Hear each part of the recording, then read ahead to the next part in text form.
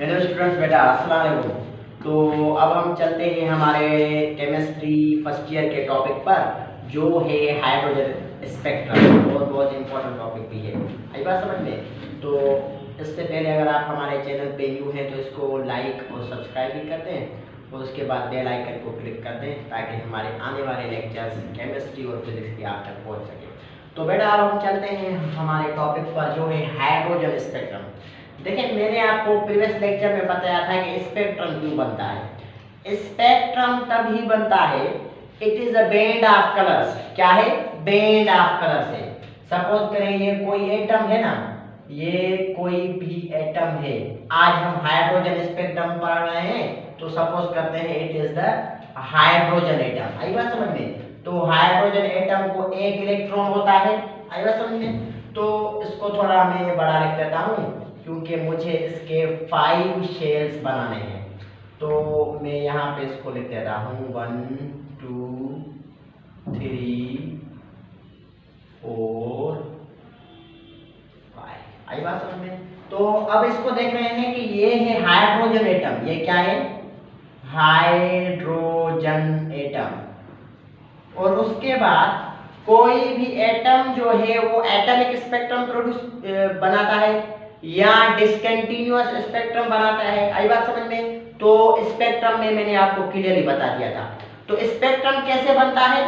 अब bourse theory के मुताबिक अगर आप इसको हीट करेंगे एटम को, तो ये जो इलेक्ट्रॉन है वो जंप करेगा।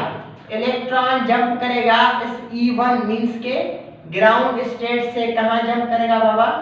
एक्साइटेड स्टेट की तरफ, ठीक है। और ये एक्साइटेड स्टेट में होता है अनस्टेबल और वापस ये ग्राउंड स्टेट की तरफ आएगा और क्या करेगा? एनर्जी इमिट करेगा हाइड्रोजन एटम। और उसके बाद जब इस एनर्जी को आप पास कराएंगे प्रिज्म से, तो आपको मिल जाएगा बैंड ऑफ कलर्स, जिसको आप बोलते हैं spectrum. That is the simple concept. तो देखिए यहाँ पे बहुत से शेल हैं। N1 भी है, ज्यादा एनर्जी देंगे, N2 N3 N4 N5। तो डिफरेंट शेल में जब इलेक्ट्रॉन गिरेगा आएगा तो डिफरेंट आपको वेव नंबर भी मिलेगा और उसके बाद डिफरेंट रीजन में जाहिर सी बात है फॉल करेगा। क्योंकि मैंने आपको बताया था कि रीजन का फैसला, कलर्स का फैसला वेवलेंथ के बुनियाद पर, फ्रीक्वेंसी के बुनियाद पर और वेव नंबर के बुनियाद पर होता है बाबा। तो अब हम चलते हैं कि अगर फर्स्ट शेल में गिरेगा तो कौन सी सीरीज होगी, सेकंड में तो कौन सी, थर्ड में तो कौन सी, फोर्थ में कौन सी और फिफ्थ में कौन सी होगी। आई बात समझ में। तो फर्स्ट ऑफ ऑल जो हमको सीरीज इसमें मिलती है वो मिलती है लेमन सीरीज। आपको क्या मिलती है? Lyman series. लेमन सीरीज कहाँ मिलती है? It is obtained in ultraviolet region. ये कहां पे मिलती है? अल्ट्रावायोलेट रीजन में मिलती है। अल्ट्रावायोलेट रीजन कौन सा होता है? जिसकी फ्रीक्वेंसी वायोलेट से भी ज्यादा हो। देखिए विजिबल रेंज मैंने आपको बताई थी ना, वायोलेट अगर विजिबल रेंज है जिसमें हमने वी बिग्योर पढ़ा था, ठीक है। तो ये 7 कलर्स होते हैं। अगर यहाँ वायलेट से ज्यादा हाई फ्रीक्वेंसी अगर आपको होगी तो वो रीजन जो होता है उसको आप बोलते हैं अल्ट्रावायोलेट। क्या आप उसको बोलते हैं? अल्ट्रावायोलेट। तो ये जो आपको मिलेगा स्पेक्ट्रम वो कौन सी रीजन में? अल्ट्रावायोलेट रीजन में। और लेमन सीरीज आप उसको बोलते हैं। बात समझ में। लाइन स्पेक्ट्रम कौन से शेल में मिलेगा? Line spectrum obtained in first shell. First shell में इट मींस के N1 में आपको लाइन स्पेक्ट्रम मिलेगा, इलेक्ट्रॉन N1 में फॉल करेगा। आई बात समझ में। और उसके बाद इसका अगर वेव नंबर आप लिखेंगे तो wave number is equals to RH और उसके बाद आप लिखते हैं Z square 1/N1 square minus 1/N2 square. ये वेव नंबर की जनरल इक्वेशन होती है। लेकिन हाइड्रोजन का Z shows to the atomic number, hydrogen का एटॉमिक नंबर 1 है, तो 1 का स्क्वायर लेके आप इसको सेम मल्टीप्लाई करेंगे तो आपको RH मिलेगा, जिसको आप बोलते हैं रेडबर्ग कांस्टेंट। आप RH को क्या बोलते हैं? RH is called Rydberg constant. Rydberg constant का वैल्यू क्या है? 109,678 पर सेंटीमीटर और 1096.78 पर मीटर, ये वैल्यू है पर सेंटीमीटर में और पर मीटर में रेडबर्ग कांस्टेंट है जो वेव नंबर के लिए यूज होता है।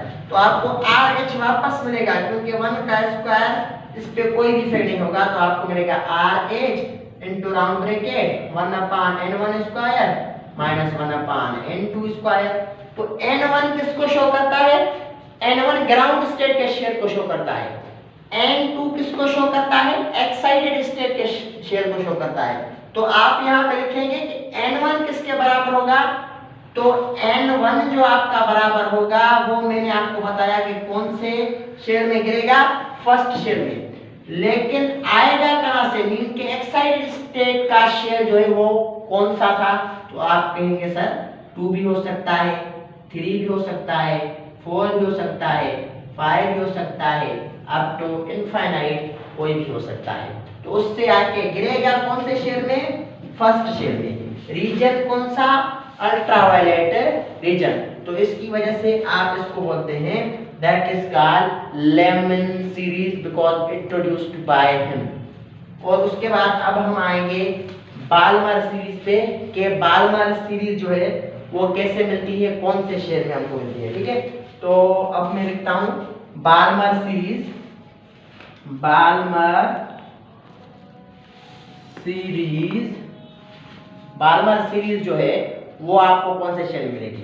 बाल्मर सीरीज जो है line spectrum obtained in second shell. Line spectrum आपको जो मिलेगा वो सेकंड शेयर में लाइन स्पेक्ट्रम आपको मिलेगा। आई बात समझ में? तो उसके बाद लाइन स्पेक्ट्रम आपको सेकंड शेयर में मिलेगा। एंड सर रीजन कौन सा होगा? Region line spectrum obtained in visible region. ये जो आपको मिलेगा वो बाबा विजिबल रीजन में मिलेगा। विजिबल रीजन जिसकी मैंने आपको वेवलेंथ फ्रीक्वेंसी रेंज बताई थी 400 नैनोमीटर टू 750 नैनोमीटर। कहाँ पे 700 या 740 तक भी लिखी होती है। तो विजिबल रेंज में आपको ये मिलेगा जिसको हमारी आई डिटेक्ट कर सकती है। आई बात समझ में? तो इसमें भी सेम ही वेव नंबर का फार्मूला होगा। Wave number is equal to RH into round bracket 1/n1 square minus 1/n2 square. n1 जो होगा वो बराबर होगा, अब आपको सेकंड शेयर में मिलता है तो सेकंड। n2 आएगा कहां से? अब आएगा जो उसके हायर शेयर्स होंगे वहां से, थर्ड से, फोर्थ से, फिफ्थ से, या आप तो कौन सा भी शेयर है। तो n2 जो होगा वो आप क्या पुट करेंगे? Third, fourth, fifth up to infinite shell जो होगा वो आप पुट करेंगे। ठीक है, तो इसको हम बोलते हैं बाल्मर सीरीज। बाकी हमारी 3 सीरीज हैं जो रही हुई हैं, तो आप इसको नोट कर लें तो हम उसकी तरफ चलते हैं। ठीक है, इसको नोट कर लें। तो स्टूडेंट्स बेटा अब हम चलते हैं थर्ड स्पेक्ट्रम पे, थर्ड सीरीज पे जो है पास्चन सीरीज। पहले मैंने आपको बताई लेमन सीरीज, उसके बाद बाल्मर सीरीज, अब हम चलते हैं पास्चन सीरीज पे। तो पास्चन सीरीज जो होती है उसमें लाइन स्पेक्ट्रम जो है आपको वो थर्ड शेयर में मिलता है। और कौन से रीजन में मिलता है? वो मिलता है आपको इंफ्रारेड रीजन। इंफ्रारेड देखिए, मैंने फिर भी आपको मैं रिवाइज करता हूं कि वी बिग्योर मींस कि ये 7 कलर्स मैंने डिफाइन किए थे। वी फॉर वायोलेट बाबा और आर फॉर रेड। जो वायोलेट से ज्यादा फ्रीक्वेंसी हाई रखते हैं उनको मैंने बोला था कि वो जो है अल्ट्रा वायलेट है। ठीक है, उसको आप बोलते हैं अल्ट्रावायलेट। लेकिन जो रेड से, ये रेड है ना, इससे इंफ्रारेड, इनका मतलब है लो, रेड से कम फ्रीक्वेंसी रखते हैं उनको इंफ्रारेड बोलते हैं। तो ये भी हमको ज़्यादा नहीं होते, तो उस रीजन में आपको क्या मिलता है, ये मिलते हैं। आई बात समझ में? तो इस रीजन में आपको मिलेगी line spectrum obtained near infrared reason में आपको लाइन इंफ्रारेड मिलता है, लाइन स्पेक्ट्रम मिलता है। और उसके बाद में इसको पास्कल सीरीज हम बोलते हैं। तो इसमें n1 जो आपको होगा वो 3 होगा, n1 shows to the ground state, ground state जो होगी वो थर्ड शेल में, लेकिन n2 एक्साइटेड स्टेट उससे आगे वाले जो शेल हैं fourth, fifth up to infinite कोई भी हो सकता है। आई बात समझ में? तो ये है हमारा पास्कल सीरीज। उसके बाद जो सीरीज है वो है Brackett series. Brackett series, Brackett series में जो लाइन स्पेक्ट्रम इसमें भी आपको मिलता है इंफ्रारेड में, इंफ्रारेड रीजन में। आई बात समझ में? लेकिन ये नियर इंफ्रारेड रीजन है।